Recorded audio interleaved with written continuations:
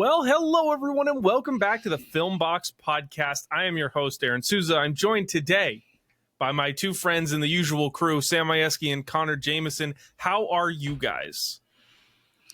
Doing hey, good, man. How's it going? I always love when I do this intro. The energy is just so hot from you guys. That's why I purposely did that.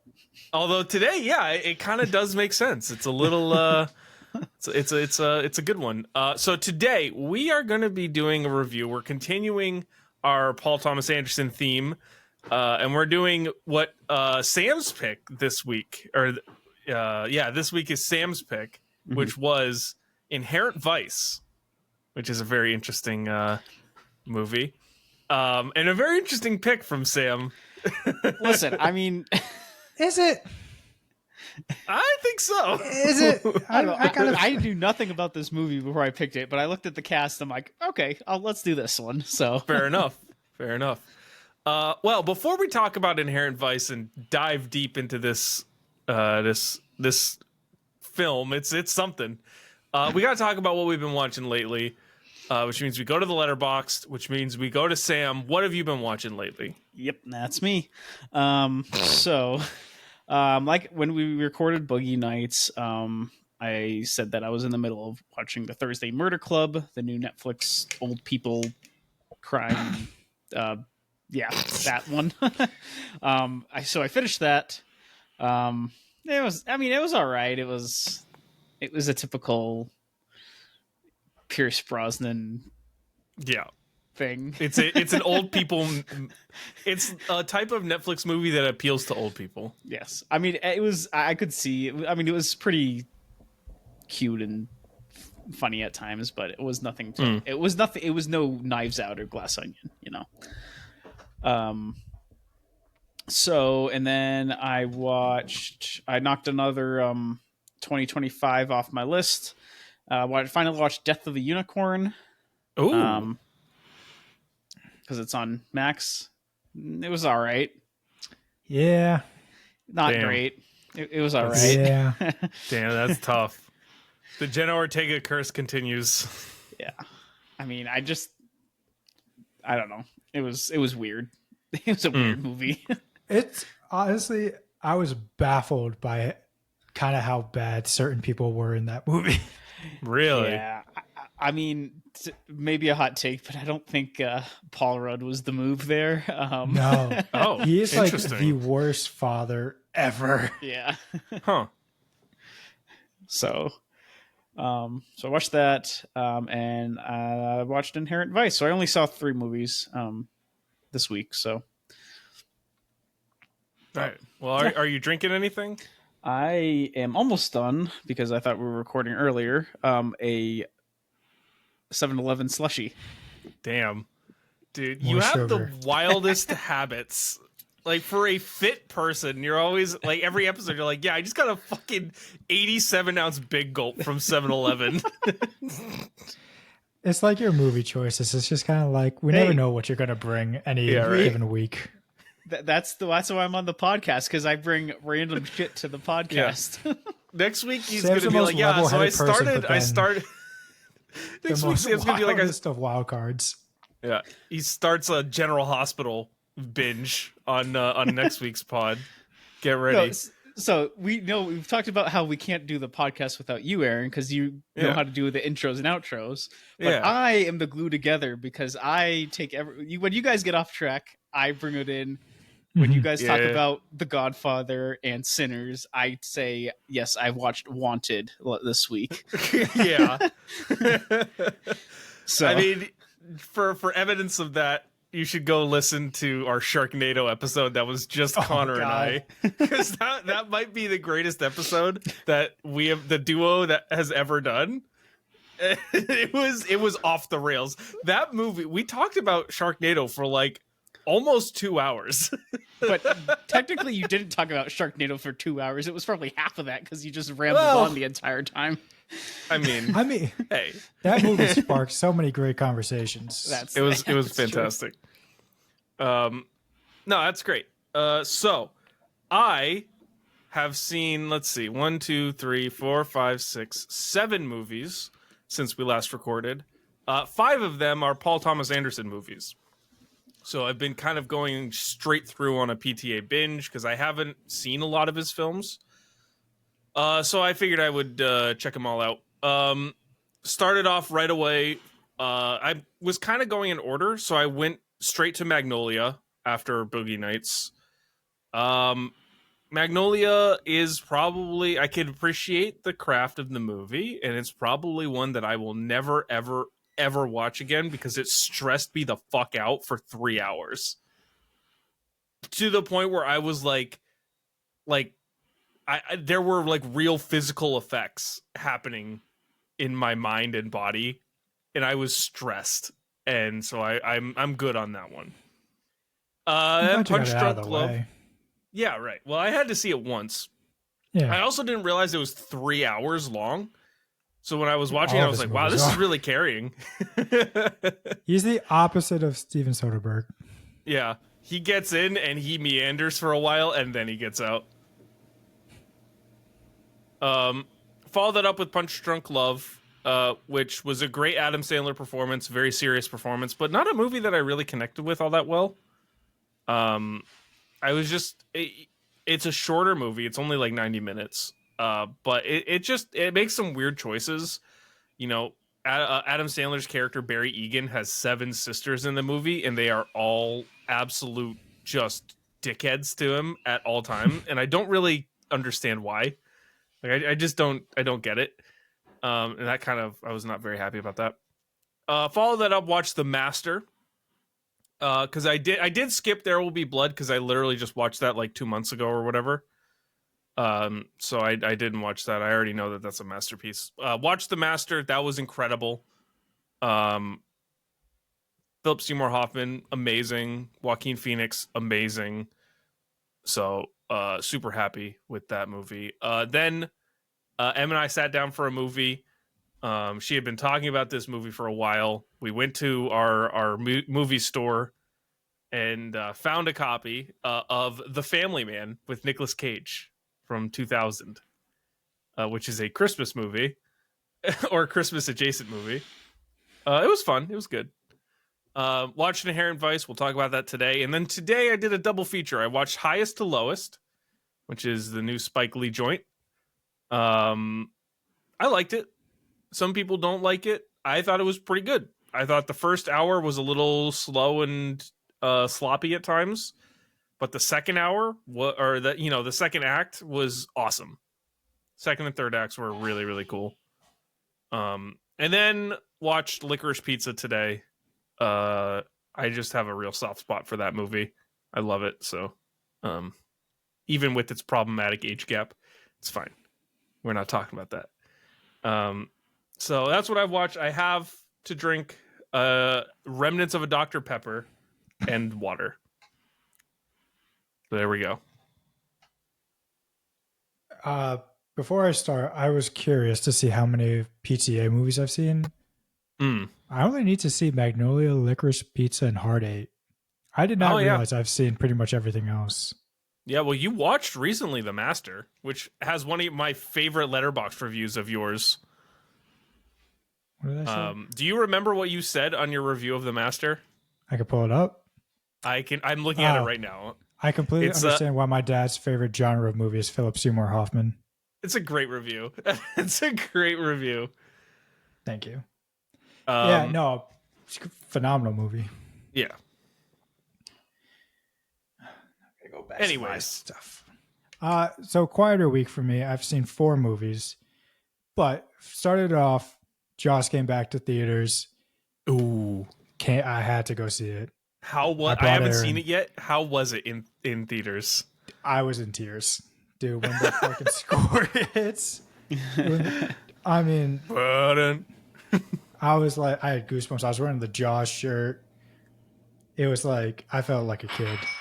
Love the it. lady sitting next to me, God bless her heart, because she must have been someone who saw it like when it came out. Yeah, she was like narrating, like, or not narrating, but she was saying everything on her mind when it was happening. Every time the shark popped up, she's like, "Oh, that's scary." Every time Quint was on screen, she was like, "Oh, that's so funny." That's awesome. Just like she was having so much fun, and I was having fun too. Mm-hmm. One of my favorite movies all time. Next, 2 days later, I watched I Know What You Did Last Summer, the 2025 version. Yep. Wasn't a fan. Ooh, Unfortunately, was not a fan. It's just one of those movies where I feel like they tried a bit too hard to be faithful to the original, and it didn't work that well. And a lot of other things didn't work super well, but it's whatever. Then I watched Together, though, to kind of cleanse that palate, and that movie is really good. Great body horror. Some really well done scares too, like besides like the grossness of it. But then I was supporting my beautiful girlfriend run not 5K, half marathon. Nice. Sorry. Oh wow, that's a big difference. Yes. No, they were doing 5Ks, 10Ks, and half marathon. So the furthest I've run is a 5K. She has tripled me up. That's impressive. Yeah, so I didn't watch anything for a while until today. I watched Inherent Vice. Nice. Very, very nice. I just got water. Yeah, I was about to forgot. ask. Almost No, forgot. I was in the process of asking because I didn't know if he was going to say it, and then he did, and then I was like, all right. That's funny because I've been listening to the past podcasts and I'm pretty much caught up right now. And there was literally 3 or 4 podcasts that you just forgot to ask him what he was drinking in a row. Yeah, I'm so good at being a host. Well, you're an boys, even better friend. Well, yeah, I'm a great friend. Well, boys, we got to make it quick. I got a live one tonight, and I totally fucked up my face. It's time to talk about Inherent Vice.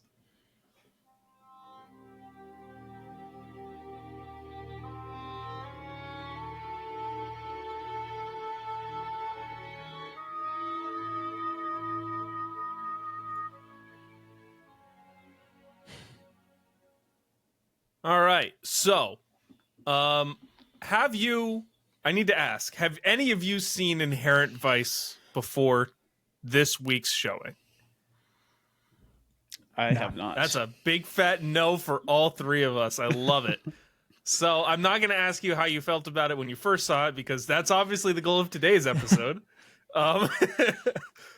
But I will show off because, again, part of all of these reviews is talking about movies that we own. And, of course, when we chose Inherent Vice, I did not own Inherent Vice, and neither did Sam, and neither did Connor.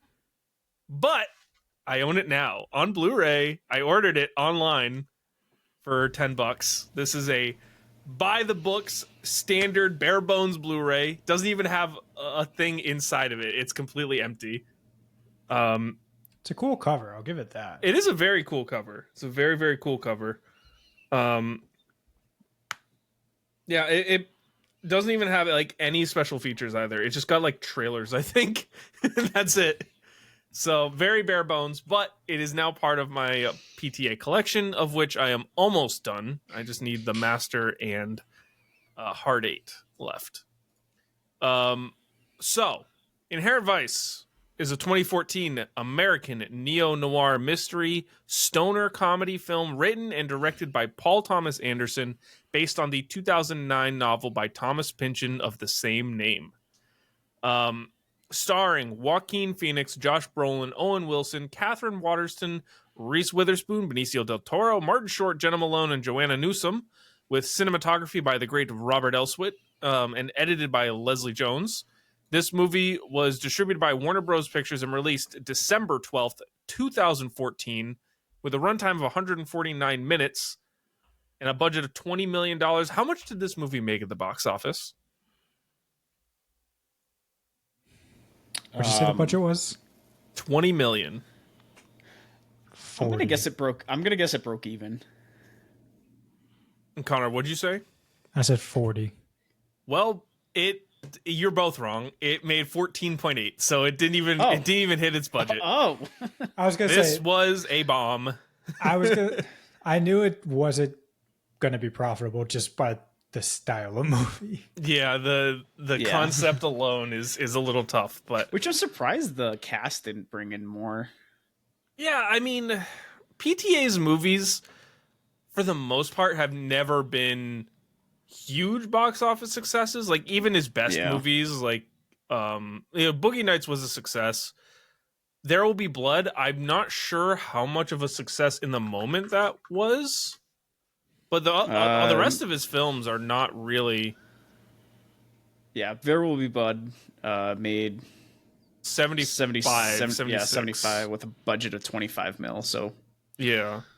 And I mean, it obviously doesn't matter for this, but this is also a time when like the DVD sales also started to go down. Yeah.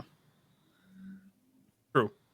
All right. Well, Sam, you got to bring us through the reviews for this movie, and tell us all about how the people perceived it. Yeah. So on our good friends at Rotten Tomatoes. It is not rotten. It is fresh with a 73% from the critics and a 53% from the audience. Oh, so, wow. That's a little stinky. Yeah, a little stinky. It is, yeah. Let that popcorn out a bit too long. It's nice and squishy. Nice stale. And stale and not Gross. salty.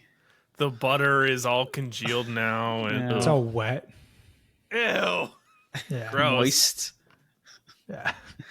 Gross. It's like I used to work at Sky Zone, which is a trampoline park. We had a popcorn machine. It's like the popcorn at the end of the night that we just had to throw away. Yeah. Nasty. It's all the kernels at the end. Yeah. Oh boy. But since technically it is still fresh from the critics, I do have a 1-star from you. Okay, hold on. The opposite review. It's time. This is Recorded by me. Just gotta point that out. Yeah, this is a when you told me to hold on. I don't think that there's just some universal soundboard for the opposite review. Hey man, someone's got to get it done. All right, so I have an IMDb 1 out of 10 stars. The main title says unbearably boring. 1 out of 100 movies I see are simply unwatchable. Here's the most recent clunker I came across. 20 minutes into it, I screamed, "I can't take it anymore," and took it back to the Redbox kiosk. Just absolutely boring and horrible. The actors looked so bored as they plodded through this horrible script, I almost felt sympathy for them. There was absolutely no energy or enthusiasm emanating from the screen. I can see why it tanked financially at the box office. Some movies set in the 70s are very entertaining and pleasurable to watch. This one was just painful. I usually don't write reviews, but this one was such a stink bomb that I had to put in my 2 cents worth. Well, I mean, is he judging that based off of the 20 minutes that he saw of a 149-minute movie? Because the math doesn't really add up there. Yeah, have you ever been so mad at a movie you just screamed? That would be like watching Boogie Nights, right?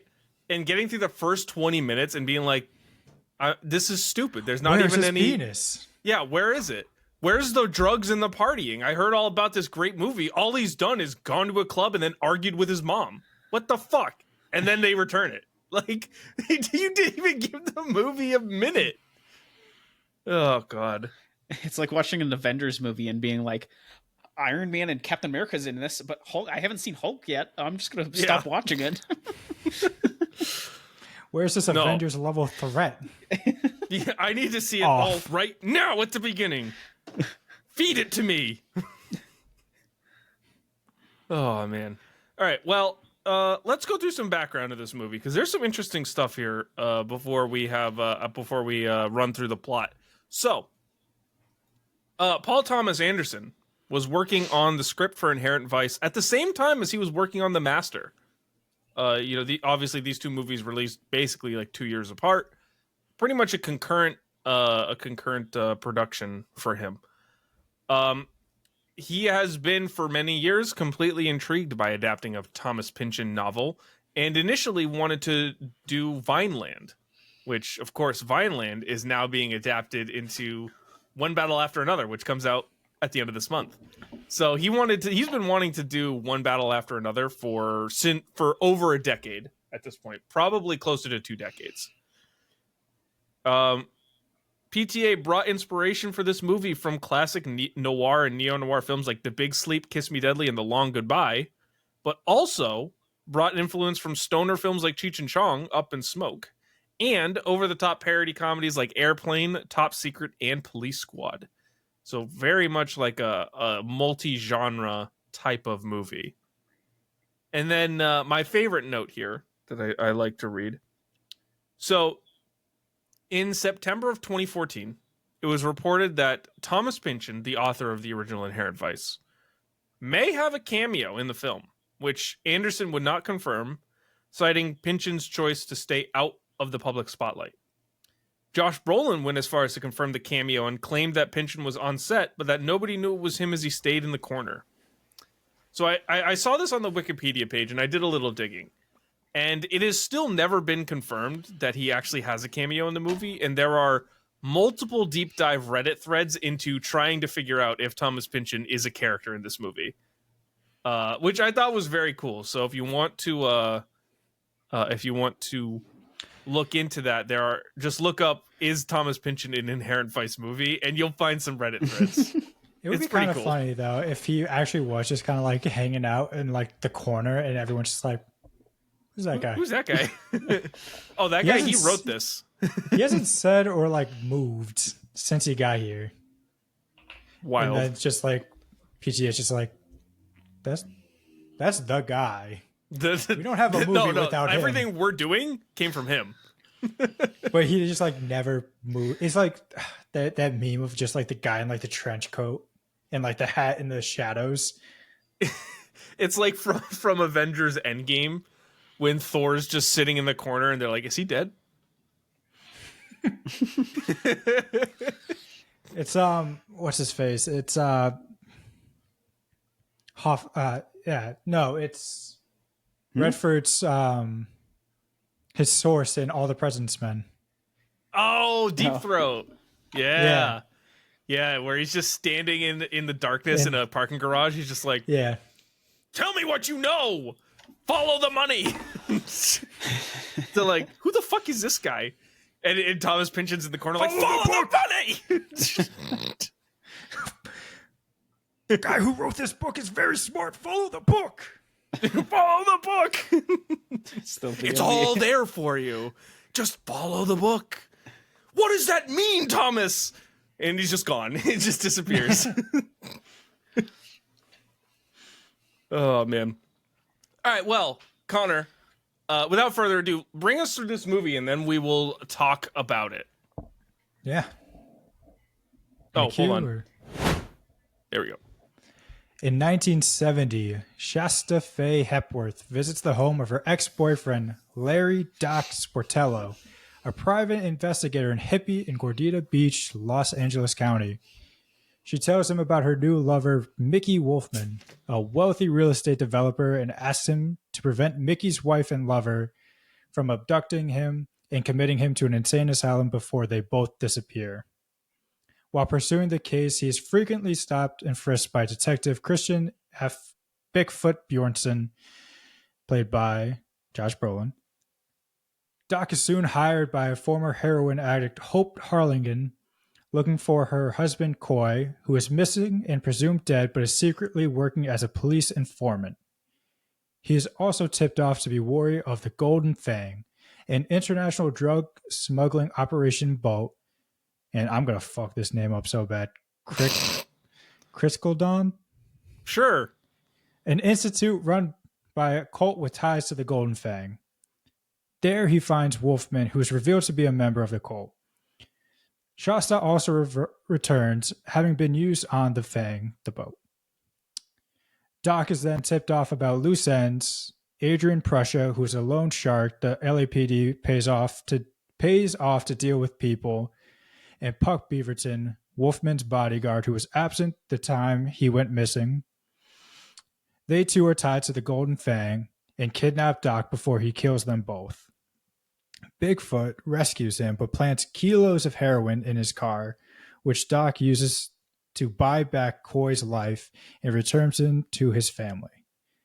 The movie ends with Doc and Shasta driving off together, but they make a point of not being together emotionally. That Lovely. is Inherent Vice in a nutshell. All right, so we're going to talk about... Yes, so we're going to talk about what worked first. And I got one big one right off rip for what worked. And it's those goddamn mutton chops on Joaquin Phoenix. Holy shit. I mean, those are some, like, monster mutton chops. I was getting some, like, Martin Van Buren vibes off him. Oh, my God. Dude, is absolutely insane. Yeah, no, it looked very good. I thought it definitely fit the vibe that he was going for. Yeah. I liked how the movie basically opened straight into what the conflict was. There was no like setup time. There was no like 15 minutes of like just seeing Joaquin like right, like just seeing him walk around and you know all that stuff. It kind of just like drops right into okay, Shasta's here. She's got an issue. He needs to go investigate, and then immediately that's it. And we're off. So I appreciate that. You know, I always love when a movie just kind of dives straight into it. Yeah. I was a huge fan of the narration. I always really? When, yeah. I like when you have like, there's like, obviously there's like a disconnect between what, you know, Joaquin Phoenix, Doc is like seeing and doing versus what he's thinking. Mm-hmm. And I thought the narration was like, a pretty good way to try to connect those two. Like obviously the narration is kind of just saying what he's thinking instead of like narrating what's happening. It's very classic noir. Yeah. Which I appreciate. I didn't like it specifically because I feel like it should have been Joaquin Phoenix's voice doing the narration. It like a direct homage to noir, classic noir. I just didn't really understand why it was that woman, because that woman was not Shasta. It was some other random woman that I just never understood who it was. Yeah, I mean, that's a question I have for the movie, but yeah, I at least to you know, Joaquin does not have the most enjoyable voice, so especially in this movie. Yeah, but like I feel like it could have been fun at least, like. Yeah, I wasn't really sure what I was doing. I was just kind of walking here and figuring I kind of like that. Maybe that's his internal monologue. Yeah. No, yeah. I mean, I think I'm in the middle of you two. Like, I didn't hate it, but I didn't like it. I think it was needed, especially in this movie, because it was non-linear in some parts, and it was almost I had trouble. I guess we can talk about what didn't work, but like I had kind of trouble like following the story a little bit for the first half. So I think the narration helped with that a little bit. But again, Aaron, I agree with you. Maybe Joaquin should have done that voice or something. I mean, even if it was Joaquin doing a different voice, I think that could have been really funny. If it was like Joaquin is like on the outside a very like stoner voice, like, yeah, what's going on, man? It's groovy. And on the inside, he's like, on July 4th, 1974. Like very serious. It's kind of like Boy Kills World. Yeah. H. John Benjamin. It's just H. John Benjamin in his head. That I could get behind if it was if he was doing two voices. I think because like with the female narrator, like I think they were trying too hard to be a serious like noir movie, which this was more like a stoner comedy. Mm-hmm. So I think it made it work better with that stoner. It could.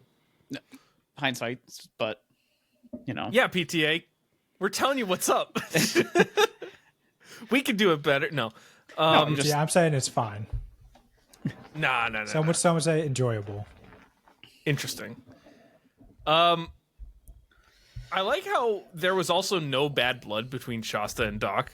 Like when she shows up, they're just like, "Hey man, what's going on? I know we were together and we're not now, but like, I don't hate you. You don't hate me." I like that.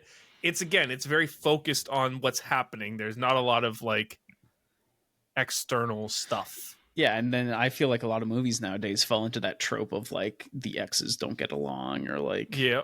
they're dropping off the kid at the dad's house, and like they see the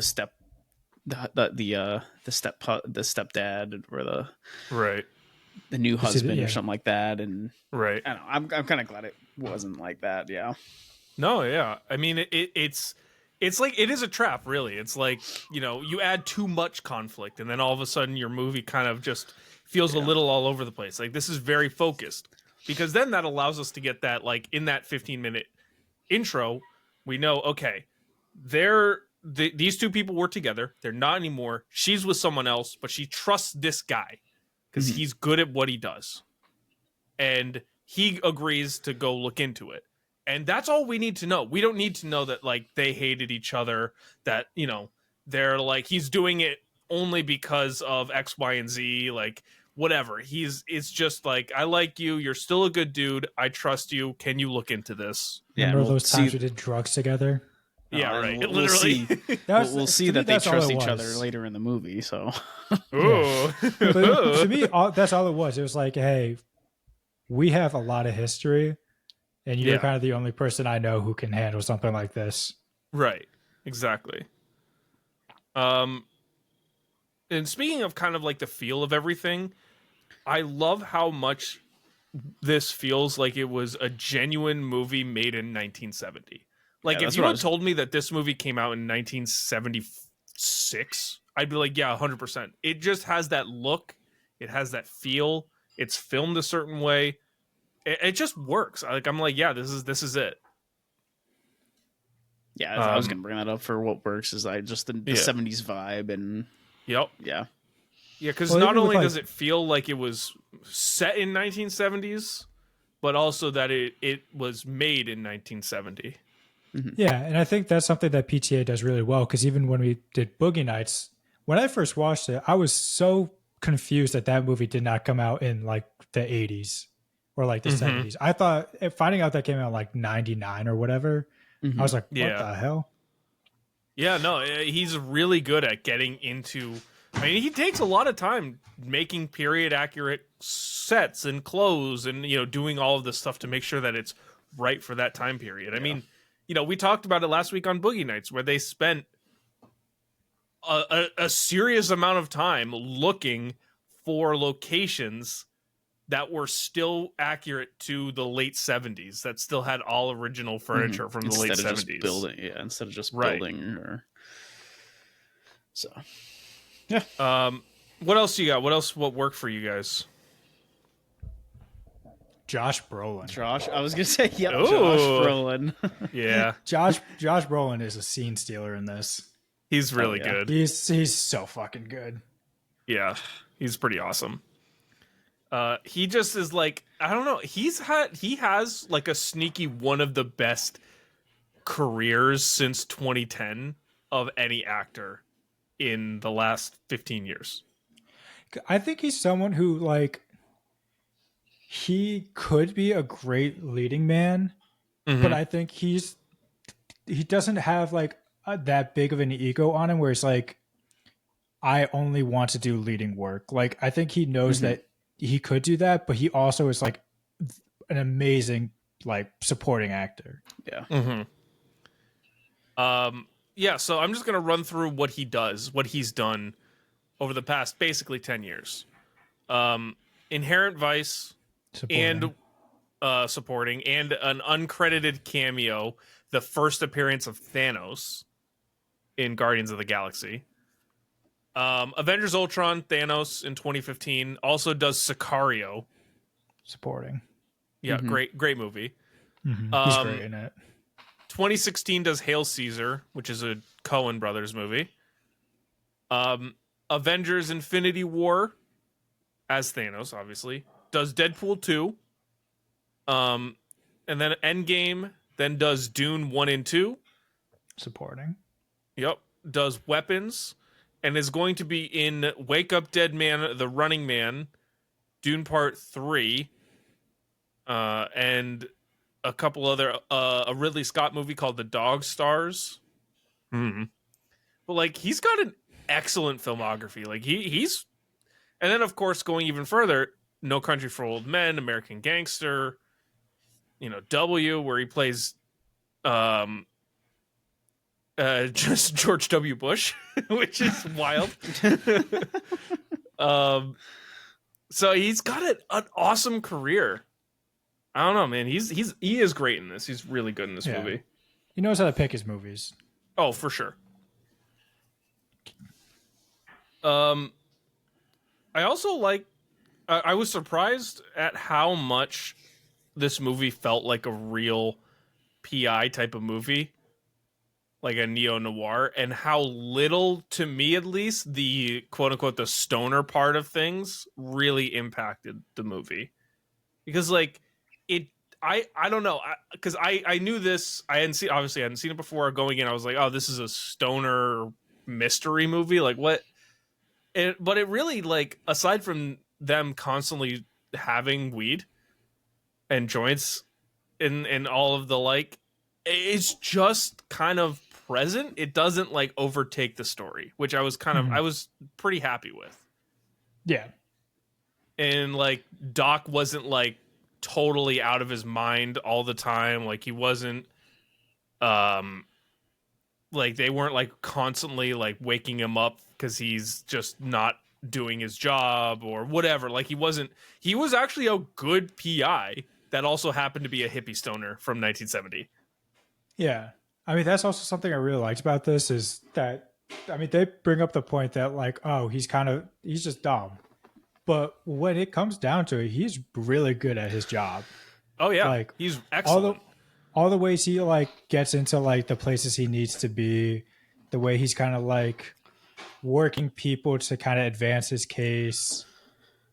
Mm-hmm. Like you would hire him, and he knows people. He's got the connections. In this movie, he knows every single person.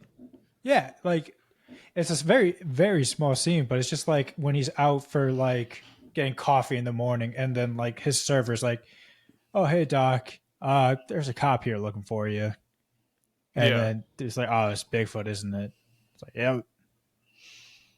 Like, he just knows he's the guy, right?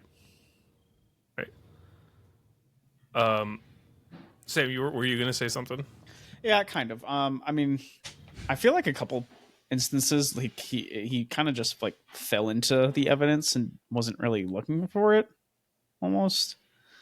So I wasn't sure. Yeah, if that was like, I will say there was a little bit of like railroading the plot for him a bit at times. So I don't know. I guess we could throw that into what didn't really work, but because it seemed almost too good to be true, kind of thing. It's like, oh, you just happen to be here. But I think it's also the testament to the connections that he has, right? Mm-hmm. You know, like I was saying, he knows basically everyone in this movie. So it's like when Bigfoot has a lead, he brings it to Doc. You know, it's not like Doc doesn't have to work to try and find out and make connections. Like he knows everyone, so he's able to lean on people to get what he needs, which is really what you want from a PI. You want a guy with connections. So I don't know. I think it worked, but you are right. It does. There are a couple moments where it's like railroading into like, all right, here's the guys you want. Yeah, right. Like, oh, I'm gonna take on this completely random case, which just happens to be related to the case I'm working. Exactly. Takes, Nate. Going to the mic. Rowdy, what are you doing over there? The animals have takes on Inherent Vice. Yeah, Rowdy is trying to take down the creator poster. I love the sets and locations because this movie is really a lot of like conversations and like Doc walking around looking at stuff, and the sets and locations really make that worth my time watching. Like I was very. There's one shot. We'll talk about the shots a little bit later. But like when he first meets Coy in the dark alley with the fog, I mean, bravo! That is just gorgeous. I was like, hell yeah. But it's like every single thing is just looks good, so it made listening to them more interesting. Yeah, again, but just might be a weird thing, but the fact that like Owen Wilson kind of just whispers all of his lines, I don't know. Owen Wilson has a very good whisper voice. Oh, Owen Wilson is like the king and queen of whisper voice is like Owen Wilson and Billie Eilish. I mean, come on. Like, I don't know. It's just like, it's with everyone else, you're kind of just like, dude, just talk. But with him, it's just like, I can understand every single word you're saying. Yeah. And there's just something very like pleasing about how you're saying it. Yeah, no, 100%. I 100% agree with that. Yeah, it was like when he went to the mental hospital and he was like sitting around. Yeah. He just looked up. He's like, what the fuck? It's so good. Oh, man. Like, yeah, he's literally like when they meet for the first time, he's like, guys, I don't know, you gotta watch out for the golden fang. Like, why? And it's like, it's just the perfect whisper guy. It's just great. I also, I was gonna say, I like how, you know, you brought it up a little bit ago, Connor, but how all of the mysteries end up kind of tying together to each other, which I think is a little bit of luck, but it's like the movie does it in a way where it's like, okay, so he's got this case, and now he's got this case about Coy, and now he's got this case about the Golden Fang, and then like 3/4 of the way through the movie, it's like, oh, they all connect, like these are all interrelated, and it's like there's this moment of like, oh my god, I see it. It's just I thought it was really cool that it wasn't immediately like, yeah, okay, this relates to this and this relates to this, and you know this now. And Nate, how do you feel about that? Yep, there it is. Thank you, Nate. Oh my god, he's eating it. He's going at the mic. For our listeners, he was eating the mic. Yeah, you're gonna have to see it on the YouTube or on Spotify with the video on. You'll see it on YouTube. That. Yeah. To be honest, I'm just gonna say for the what didn't work part because it's kind of big. Okay, I kind of have a big thing too. Oh boy, we're gonna be on the same wavelength, Sam. I hope so. Well, I'll give you one more thing that worked for me. Saying the name of the movie in the movie. That's always fun. I got an issue with that. I don't know. It seemed a little forced. It was a bit forced, but I don't know. I always enjoy when they're inherent vice is the thing. I kind of rolled my eyes when they said that. No, see, me too. I love when it's so out of place like that. My problem is it comes like, I wrote it down, an hour 50. They finally say it. We got to drop that way sooner. Yeah, right. Yeah. They're like, it should be in the first 5 seconds. They're like, and she was the inherent vice. Bum, bum, title card. Wink, wink. Yeah. It's like have you ever seen Invincible? It's like when the title card. Yeah. It's exactly that. No, I am like a kid. You got to tell me what the movie. You have to show me what the movie's name is, and you have to tell me what it is. Which is why he doesn't like Star Wars. Yeah, Star Wars just shows it. It just has the opening crawl. It's like, I gotta read in my movie. Oh, dude, I don't mind reading. I always have subtitles on. But, me too. I mean, they never say, "Oh man, we're stuck in another Star Wars." You forgot in episode 4 when Darth Vader turns to the camera and says, "And we're in the Star Wars." After he blows up Alderaan. There's a war in the stars. When someone turns to Luke and says, "You are a New Hope." Yeah, no. In episode 5, Han Solo says to Leia after the Empire lands on Hoth, they're like, "The Empire is struck back." Here comes the return of the Jedi. Whoa! Thrones. Goodness. In episode 3, No. Palpatine in the Senate. It's the revenge of the Sith. No. Although, I gotta say, for franchise work, Lord of the Rings does it pretty good. Halfway through, or like an hour into the movie, you are the Fellowship of the Ring. It's like, yeah, man. Thank you. Yeah. Thanks for reminding me.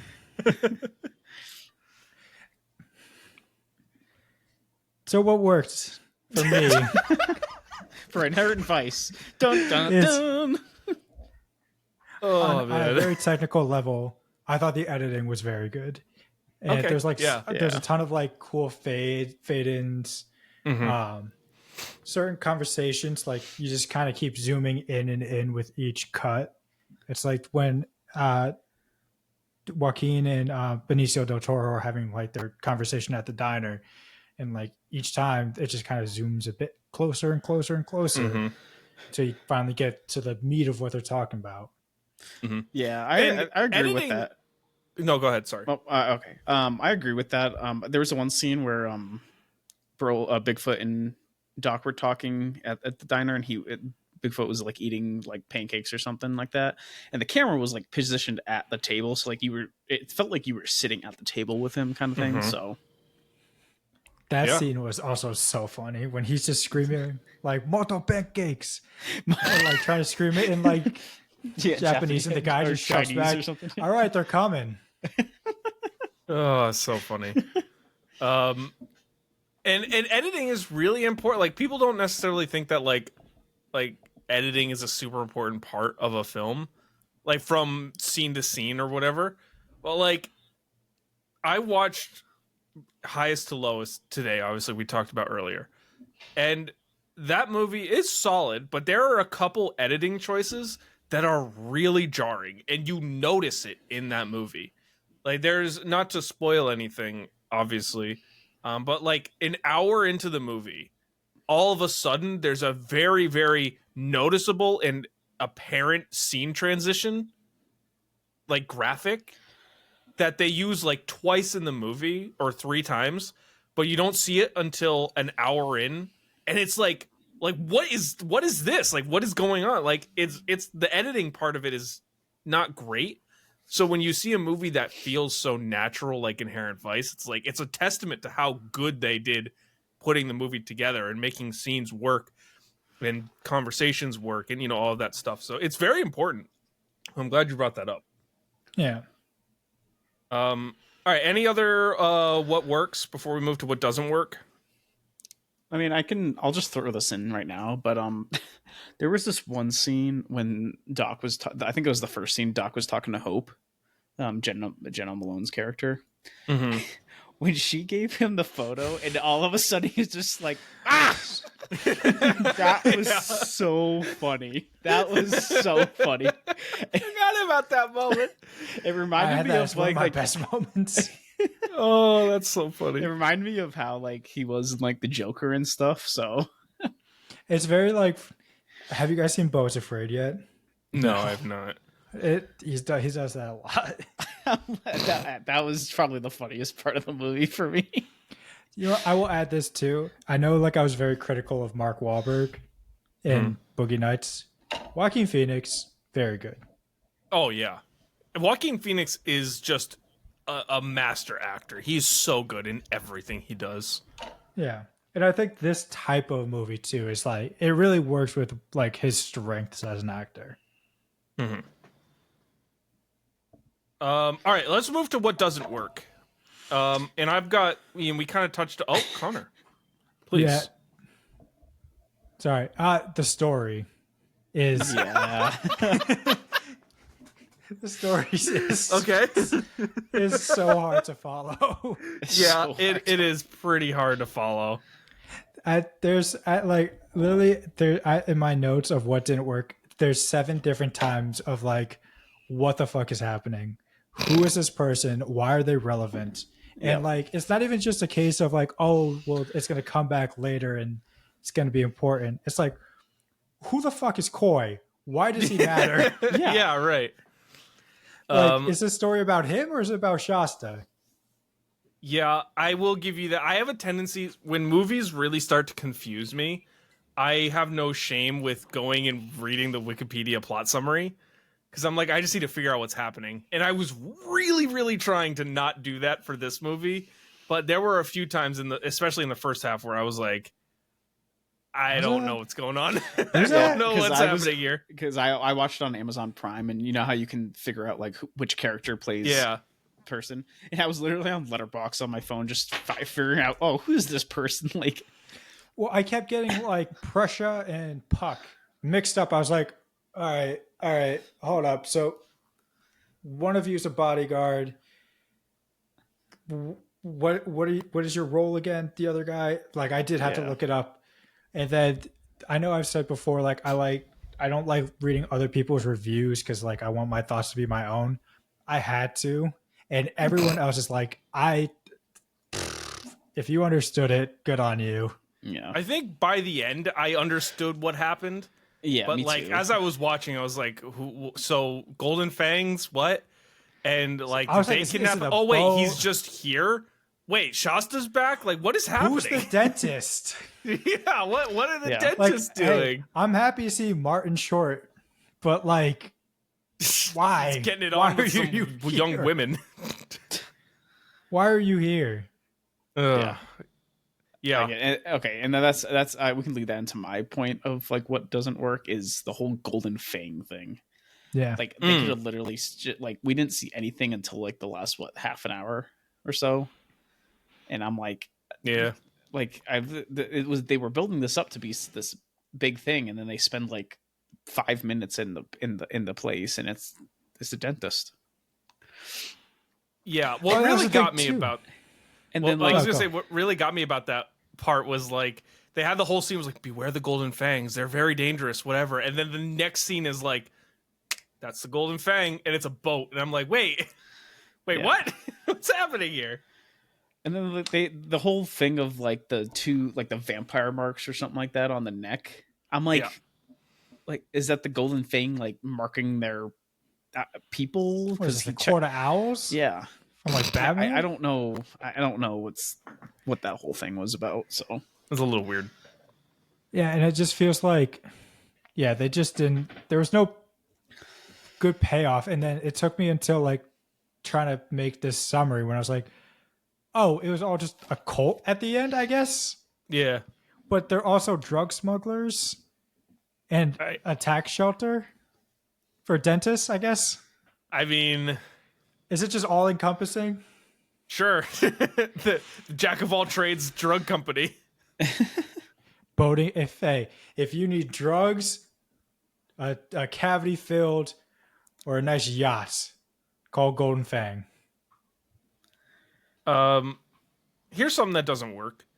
The dialogue was a little bit like, having watched basically like 6 PTA movies right in a row, it was very clear that this movie's dialogue was not as sharp as the other ones. It's feels very manufactured, feels very written on the page versus natural. Which is a very clear distinction, and usually PTA is very good about having dialogue that feels natural, that feels like you're actually watching two people talking. But then in this movie, there are a lot of moments, especially with Joaquin Phoenix, where his lines are like, yeah, he wrote that down on the page, and like it doesn't really work when someone says it. I think it's mostly like the slang. It's like the slang, groovy. It's like it's all that where it's just like, I know I just complimented him, but maybe it's just like, I don't think he can say it naturally. Mm-hmm. Yeah. Then again, I don't know how many people could. Yeah. And another thing that doesn't really work is like I didn't really know what the intended audience was for this movie. Like, is this an audience for stoners, or is this an audience for like people that like noir films? I think really it's an audience of PTA fans. Like it's a movie for people who like PTA, and that's about it. Yeah. Like it blends a lot of genres, and it's not really defining in one particular thing. Is that something you see in a lot of his movies, or no? Genre blending. Well, a lot of his movies are they take very dramatic themes or very heavy themes. A lot of his movies have to deal with family. You know, going from I haven't seen Hard Eight, so I can't speak to that. But like Boogie Nights, obviously, is about found family. Magnolia has a lot to do with relationships. It's basically the entire plot of John C. Reilly's character and Tom Cruise's character, to a degree, is all about relationships and family. There Will Be Blood is about There Will Be father and Blood, son. Obviously. Yeah, father and son duo at the center of it. The Master is about family in a cult setting. And then this movie's not. It's kind of out there. But he does a lot of, like, he'll take very heavy themes and inject comedy into them. There Will Be Blood is definitely an outsider to that, but like Magnolia, The Master, Boogie Nights, Licorice Pizza, even to an extent, all very funny while dealing with very dramatic themes. And I don't know, this one just feels kind of like an outlier. Maybe it was to prove that he can make a Thomas Pynchon novel so that he could end up making Vineland into One Battle After Another. But like, I don't know, it doesn't deal with a lot of the things that he typically deals with. Yeah, from what it sounds like, he really wanted to make something from him. Yeah. No, he's been wanting to do a Pynchon novel for quite a long time. So, also something that doesn't really work is that this movie really hits you over the head with some callbacks at times, where it's just like, hey, remember this thing? Yeah, this thing was important. Donk. Like, it's just like, yeah, it just really hits you over the head. There's also a lot of like sexual / phallic humor that happens in this movie that just doesn't really connect with me. Yeah. With Josh Brolin. Yeah, Like Bigfoot all this stuff he's like throwing down his throat at Mach speed. Like, yeah. one of the funnier scenes though is like super early on when he's like wetting the cigar, and it's just like he's just spitting all that thing, and like Joaquin's just sitting next to him. He's just like watching in disgust. The best one was when they were in the car and then he was just watching them go to town on that chocolate banana. Yeah. Or like when they're at the police station and he's doing it to the banana, the guy walks by, he's like, "Dad, you're no partner." He's like, "Shut up." I'll stick this banana up your ass. It's just like, dude, relax. Also, like the I didn't really care for the on the same theme, the like whatever the Chinese massage place. Yeah. That was a little weird. What was I'm not gonna say what it is because it is out there. That was wild to watch at work. Yeah, I don't know. I don't know about that, man. All right. Any other what doesn't work? Well, about that part, it was funny when they were driving, all the bikers just come away from it. Yeah. Oh, yeah. I never put that together. Well, it was so funny how the one worker was just there for the ride the rest of the way. Yeah. Oh man. All right. What else doesn't work? Anything else? So I guess this kind of goes back to the story, but like the whole point of like the first half of this movie is how like Doc is trying to find Shasta. Mm-hmm. She just comes back. Yeah, that Like, was on a her little own. annoying. Yeah. To be honest, I thought it was like, because he at this point he's kind of had like a couple like hallucinations of Bigfoot, like on TV, and I thought that scene was like him hallucinating her. I did and too. It wasn't. Yeah. And I was like, what the fuck was the first hour of this movie, or not even like hour 20 of this movie building up to? Yeah, and then what are we doing now? Like what's happening? What is now? there still left to do? Like you've solved the mystery. There was like an hour and a half left of the movie. Literally, it's like Shasta's back. Wolfman he found him at like that institute. Yeah. And he's back home with his wife. He basically said to fuck off. Yeah. Like all of that is now just pointless. I don't know, man. And this is why Coy's in the movie, I guess, because we have to guess. extend it. Oh boy, yeah, no, you're right. When you say it out loud, it really doesn't make a lot of sense. And I guess it's kind of hard too because I'm assuming none of you have read the book, and I have not read the book either. So I feel like it's maybe harder to understand it. Maybe the book explains it better, but When I was perusing the subreddits, a lot of people were saying like the book does not explain anything. The book is also like confusing as hell, and that's kind of Pynchon's style. It's kind of just like, I'm just gonna do shit. I'm just gonna write random shit. Have 17 I'm just gonna say what I want. It's not about the story. It's kind of just what I feel. Yeah. Which I feel like maybe not the best source material if you want a coherent movie. But again, maybe that's not the point. Yeah, I guess not. All right, what else you got? Any other things before we move on to the best scene? We pretty much covered it all. All right, well, Really let's, weird ending with Josh Brolin. Oh yeah, Like the last shot of him just busting down the door and eating all the weed. Yeah, that was weird. That was weird. Just leaves. Although, very funny part is all that's happening. Joaquin Phoenix does nothing in that scene, but a lone tear comes down the face as he's eating all his weed. Like, dude, stop him! Just do something. Oh, what does he say? He's like, oh yeah. do you need? I would need to find this line, but it's like, you need help, or do you need a keeper or something? Oh yeah. Do you need like a guide? It was something about like brother. It's like, I'm not your brother, but and then he's like, but you do I need could a be your keeper. Yeah. Yeah. It was pretty good. Pretty good line. We just butchered the shit out of it, but it's fine. Oh, for sure. All right, let's go to the best scene. I got a couple nominations for you, but there might be a couple others as well. Yeah. The meeting between Doc and Coy in the foggy night backdrop. Yep, that was one of mine. What are all draped in shadows. That's sick as hell.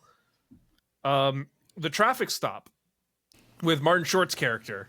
Hilarious. One of the funniest scenes in the movie where it's like, you're not gonna get stopped, right? We can't get stopped, and they get stopped. He's freaking out. I was like, oh my god, we're gonna go to jail. Very funny. And then the pancake shop with Josh Brolin and Joaquin Phoenix. Hilarious. Those are my 3 nominations. Do you guys have anything else? Yeah, I got 2.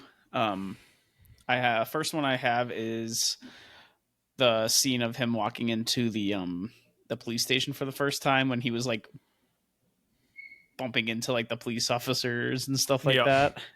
Just and then the other scene was when him and Shasta go to that place in the rain and oh yeah, that's a very nice. And then it very goes good back, one. and then he goes back to that place, and like the backdrop it was under construction, and now it's all like a parking lot. So that was cool. 2 favorite.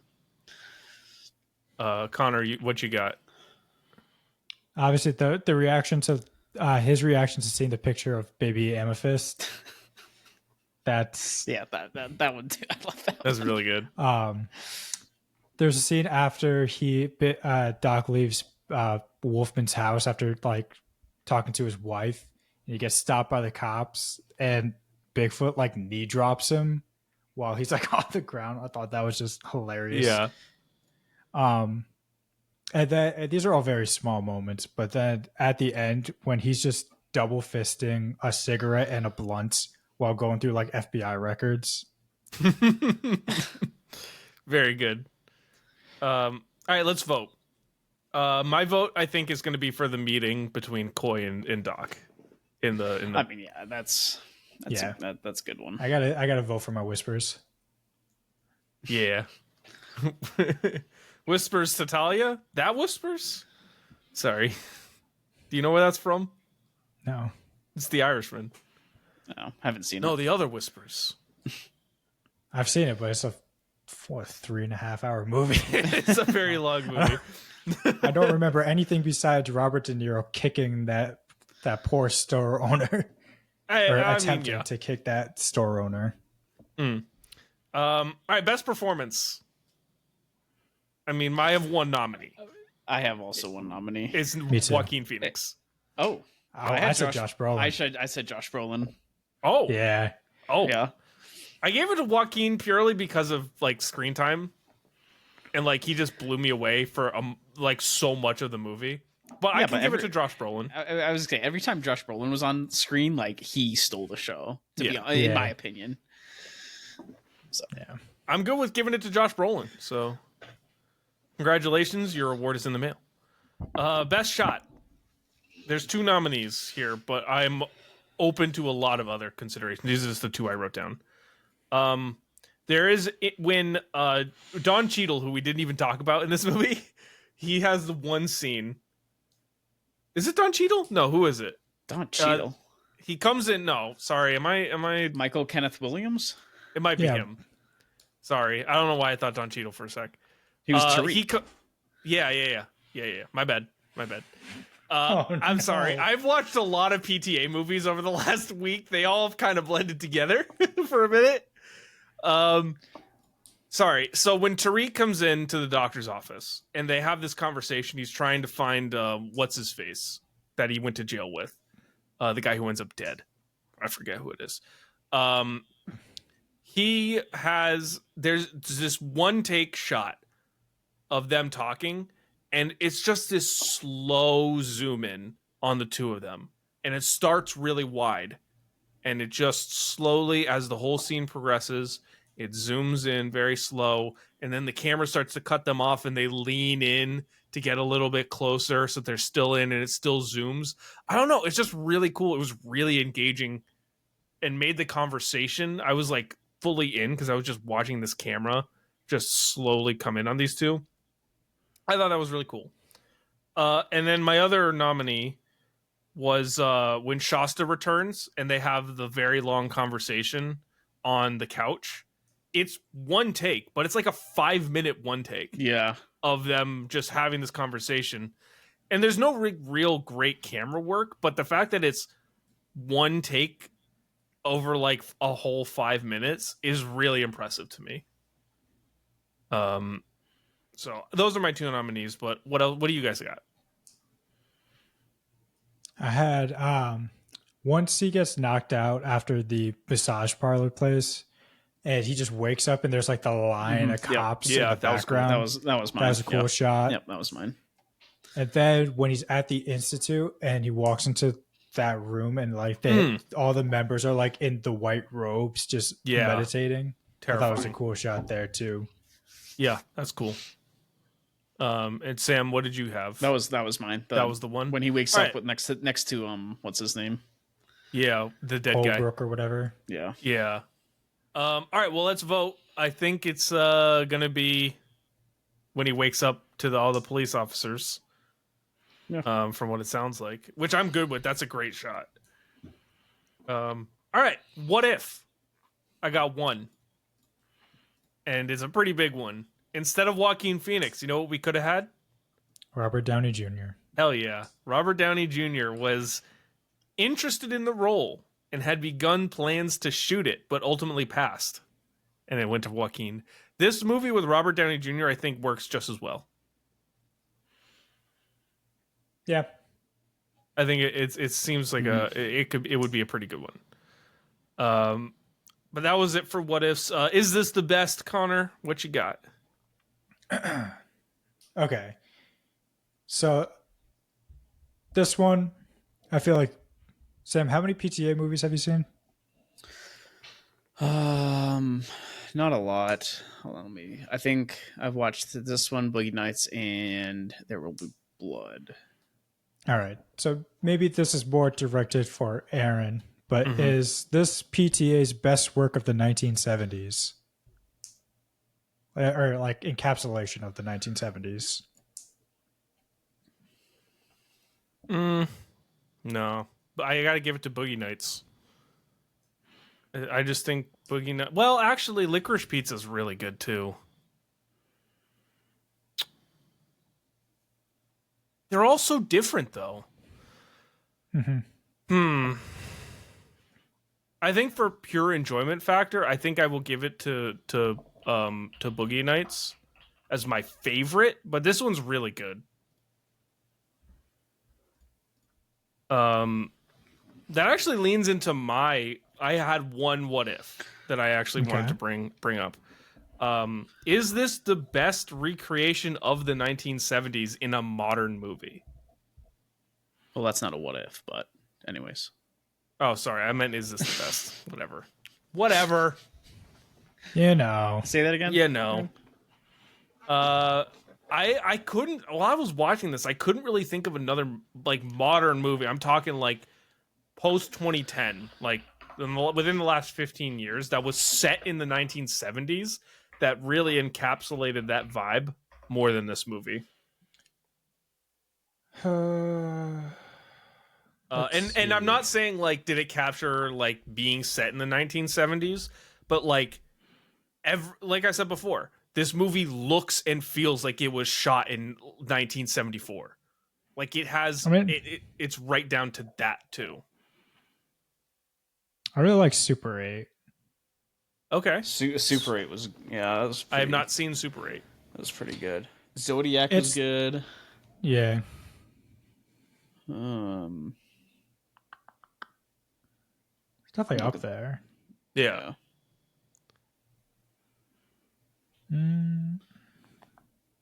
Cool. Yeah, because I feel like I'm looking at an IMDb list because I couldn't think off the top of my head. Everything's we're on the same list. Everything's from like the 90s or like the early 2000s. Early 2000s, yeah. Right. Yeah. Yeah, so, I mean, I wouldn't say it's the best, but I'll definitely put it up in like that top tier. Yeah. I like it. Top 5 at least. Yeah. All right. I got another one for you guys. Okay. Is this the worst a leading man has looked that you still kind of fuck with? Oh, yes. 100%. I loved Joaquin. I mean, right off the rip, I talked about the mutton chops. Like, Joaquin Phoenix in this movie has just the best look overall. What do you mean by fuck with, though? Like, are you talking like, do I want to chill with this dude? Yeah, just vibe with him. I'm not. I'm not saying you want to fuck him. I'm just saying. No, vibe well, with I mean, him. no. Those dirty feet would be a pretty big deal breaker. That was fucking nasty. Yeah. But I mean, I'm not getting past the chops, but oh, dude, this guy is like 100% just a cool ass dude to hang out with. Oh yeah, probably smells though. Yeah, well, I mean, it's 1970. If you're not like working in a corporate desk job, smell. Yeah, right. If you're living in the valley in 1970, you probably smell like.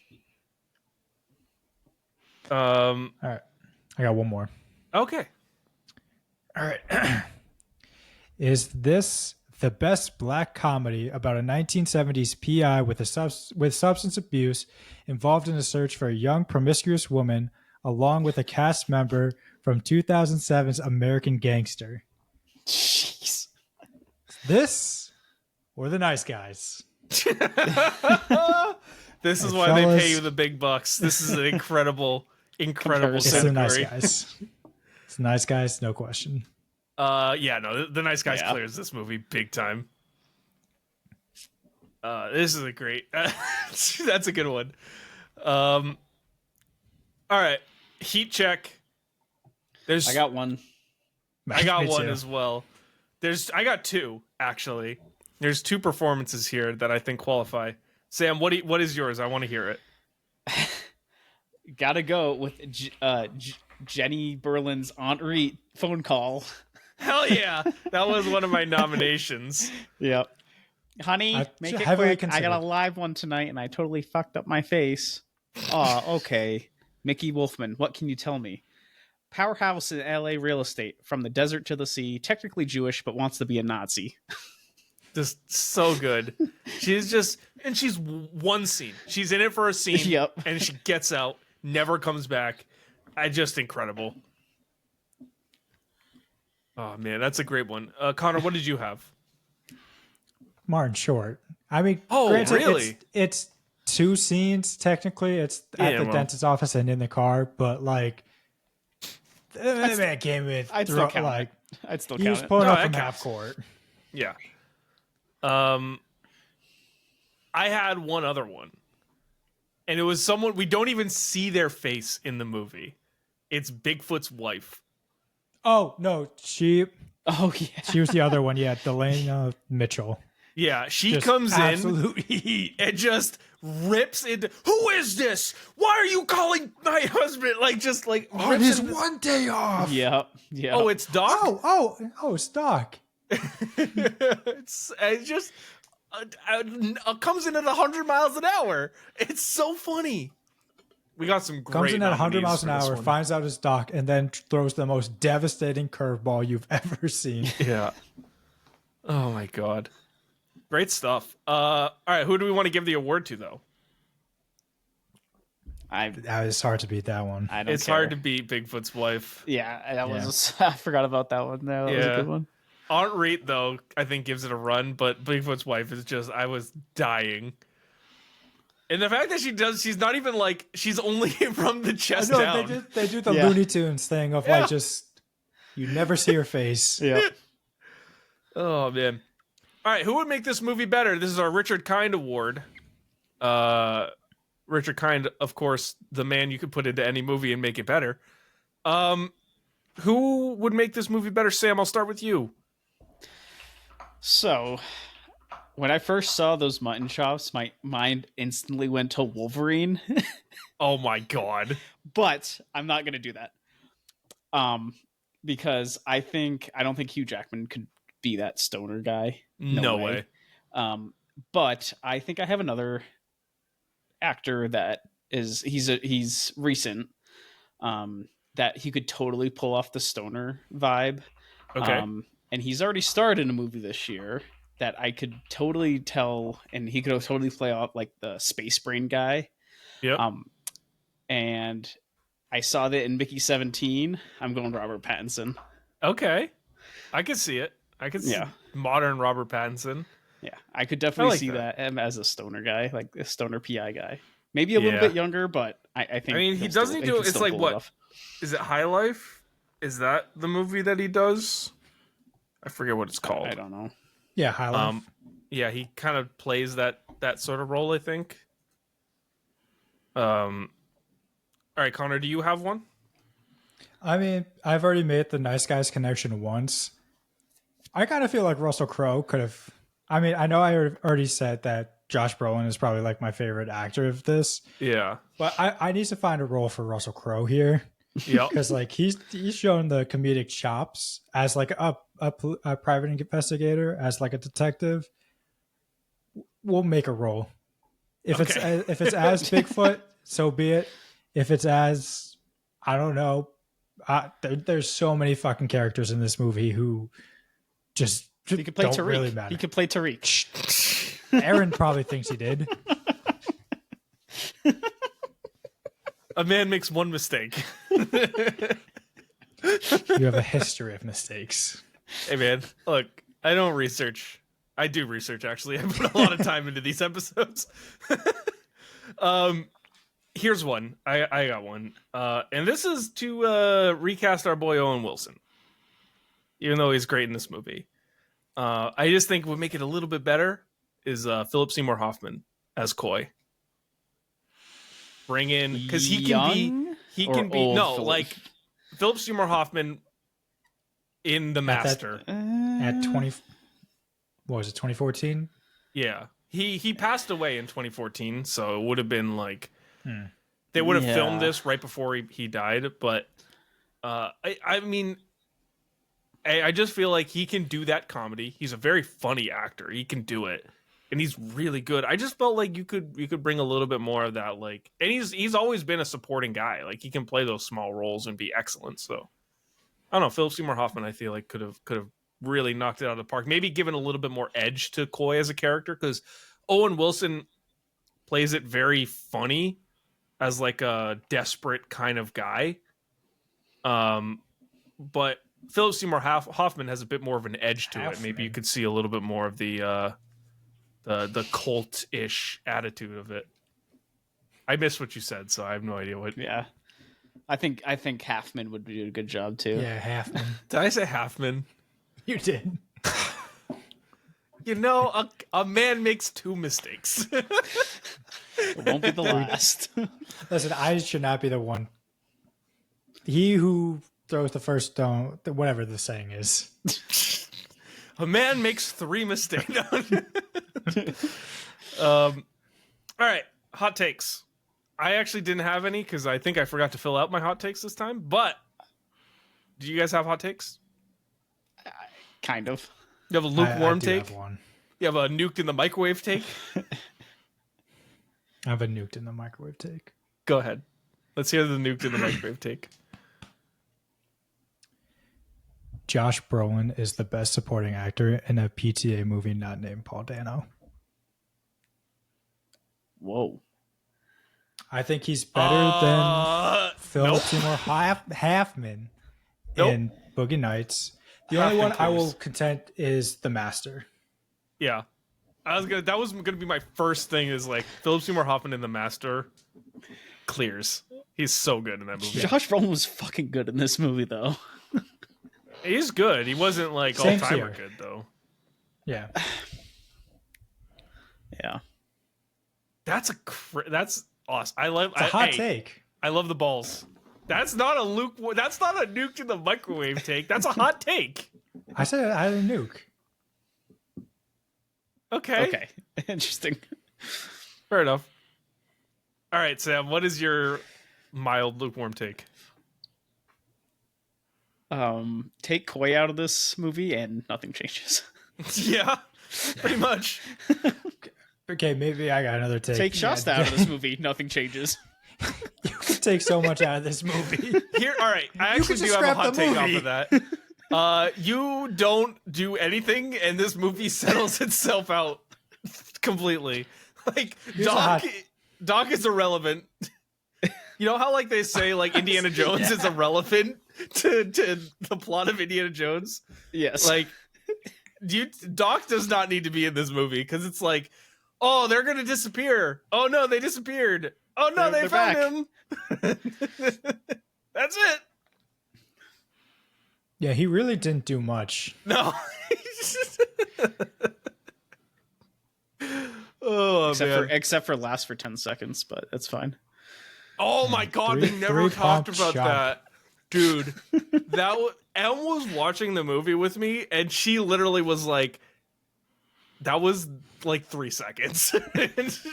Like, damn, dude. That sucks.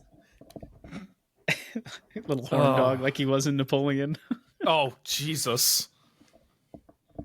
I Imagine you start don't even want to barking. think about that movie.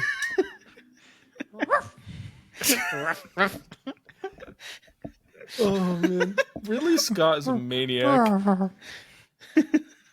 Gross. Oh, gosh. boy. All right. Is this better with the Challengers cast? I could see it No. with it, but I No. don't think it's better. No, it's not. No one can do what Joaquin Phoenix does in this movie. And no one, I don't think Zendaya plays Shasta. Like, just doesn't pull that off. Oh, shoot. I mean, she basically has one monologue, and that's kind of it. Yeah. I wrote this one liner down. I forgot about it. Okay. When they were in the mental hospital with that guy with the swastika on his like cheek, he's like, "Is that a swastika on that man's face?" And the guy's like, "No, it's a Hindu symbol." Yeah, I almost pulled that for my intro quote to lead into the movie. I'm like, what the? All right, prop time. Prop time. I am taking home. I actually have an item for this. It's Mark Wahlberg's 12-inch. No, I'm just kidding. No, It's probably on the set. probably. No, it's Joaquin Phoenix's sunglasses. Doc's like circular sunglasses. I just thought those were really cool. I would wear those, 100%. I'm taking his hat. Okay. I'm taking his jacket. All right. Well, we're just taking all of Joaquin Phoenix's clothes. We're jumping Doc on the street and stealing his clothes. His like plaid shirt and his jungle jacket. Yep. That's I said hilarious. he didn't have that shit on, and we just took all of it off. Yeah, we came up upon him and was like, give me, please. All right. Well, that's going to bring us to the end of our review. We got to give this movie a score. Connor, I'll start with you. What is your score and your final thoughts for Inherent Vice?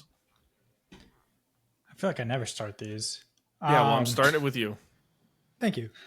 So, on a technical sense, I think this is a very, well-made movie. I think it's funny. It's funny. I think it's somewhere in there. There's a story. The performances are pretty good, especially Brolin and Phoenix. But it doesn't mean shit to me if I have no idea what's happening. And when I'm looking up reviews and all of them say just if you're watching this movie to follow a story, you're already in the wrong. Just smoke some blunts and just watch it to enjoy it. I was like, that's sure, but that's not how I want to watch this movie. I want to watch it to learn about this movie. And it really did take away from the actual viewing of it when I was like, what is happening? Who are these people? And then finding out none of these people are relevant. What? I'm sorry. I'm sorry. Your video for Sam and I paused while you were talking. And But it restarted. You were just like, just speed running through dialogue. And I was trying not to laugh. And then I saw Sam trying not to laugh. And then I'm pretty sure he saw me trying not to laugh. So he was starting to break. And then I was starting to break. Oh, Two and a half. Two and a half. Oh, wow. jeez. It was so good. You the voice, it was so delayed, and then it was speed running through. And I just look over at Sam, and he just got this. Sam just got this grin, and I'm like, oh, he knows. And then he's starting to laugh again. Oh man. Woo! All right, well, Sam, I'll go to you. How do you feel about Inherent Vice? So this was obviously my pick for this review. Again, I just looked at the cast. I'm like, oh, this looks like a decent cast. Know nothing about the movie. Actually, I mean, I saw the Rotten Tomatoes score. I'm like, oh, okay, it must not be bad.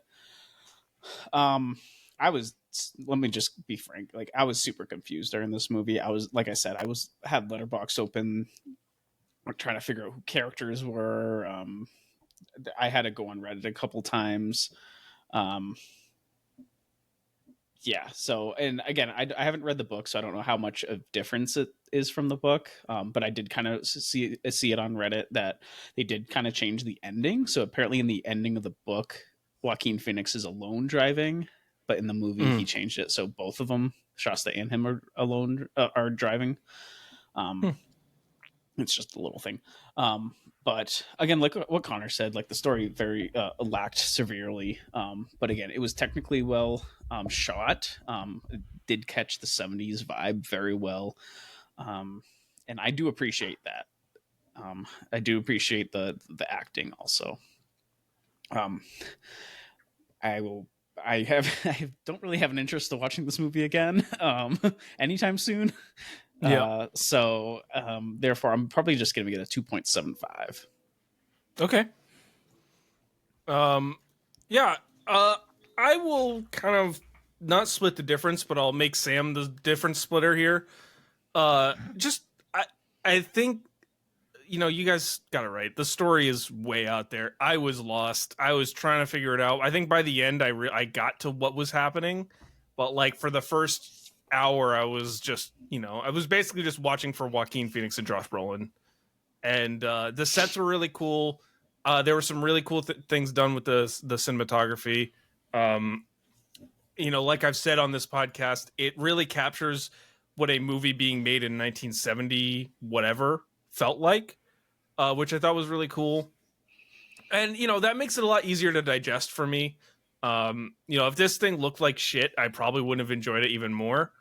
But because the sets were grand, and The locations worked, and I felt very ingrained in everything. I think it worked, but the dialogue was not as good as PTA could do. Some of the humor was a bit out of place. It just, there were some things that just didn't feel right. But I still enjoyed watching it. I don't think I would watch it again, but I still thought it was decent. So I'm giving it a 3. And so that brings our total average to a 2.75, which, when you sort by everything that we have watched and reviewed on this podcast, that is number 41 on our list. Right above Star Wars Episode 1, The Phantom Menace, which is a travesty. Seems about right. Just below National Lampoon's Christmas Vacation. So with that said, that is going to do it for this episode of the Filmbox Podcast. If you like what you listen to, leave a rating, subscribe, follow us on your favorite podcast platform, do all of that fun stuff. It helps us out, lets us know we're doing a good job and all that stuff. You can go to our socials. We're pretty active on TikTok. So, if you want to get bite-sized clips from each episode, you can go there. Go to our YouTube channel where we're putting out some other content besides these podcast episodes. And then also, and if you want to see us on video, go to YouTube as well. And then go to our website as well. You can see all sorts of written content over the past few years that we have done, and some of our great friends of the pod have also done. You can go to our Letterboxd and see what we're watching when we're watching it. You don't have to wait for each episode. And with that said, this has been the Filmbox Podcast, and we will see you next time. Groove on.